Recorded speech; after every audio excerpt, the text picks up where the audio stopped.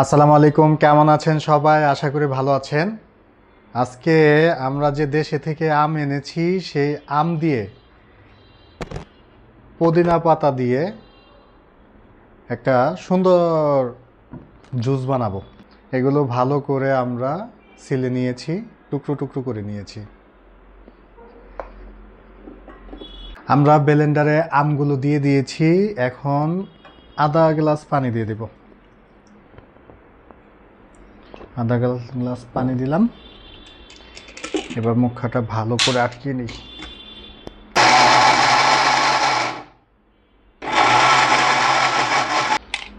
আচ্ছা, এইবার আমরা পুদিনা পাতা দিয়ে দেব।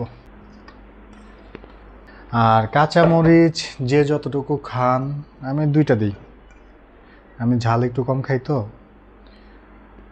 সাথে দিয়ে দিব লবণ। অনেকে চিনি দিয়ে খায়, আমি লবণ দিয়ে, কাঁচামরিচ দিয়ে, পুদিনা পাতা দিয়ে, আম দিয়ে খাবো ইনশাআল্লাহ।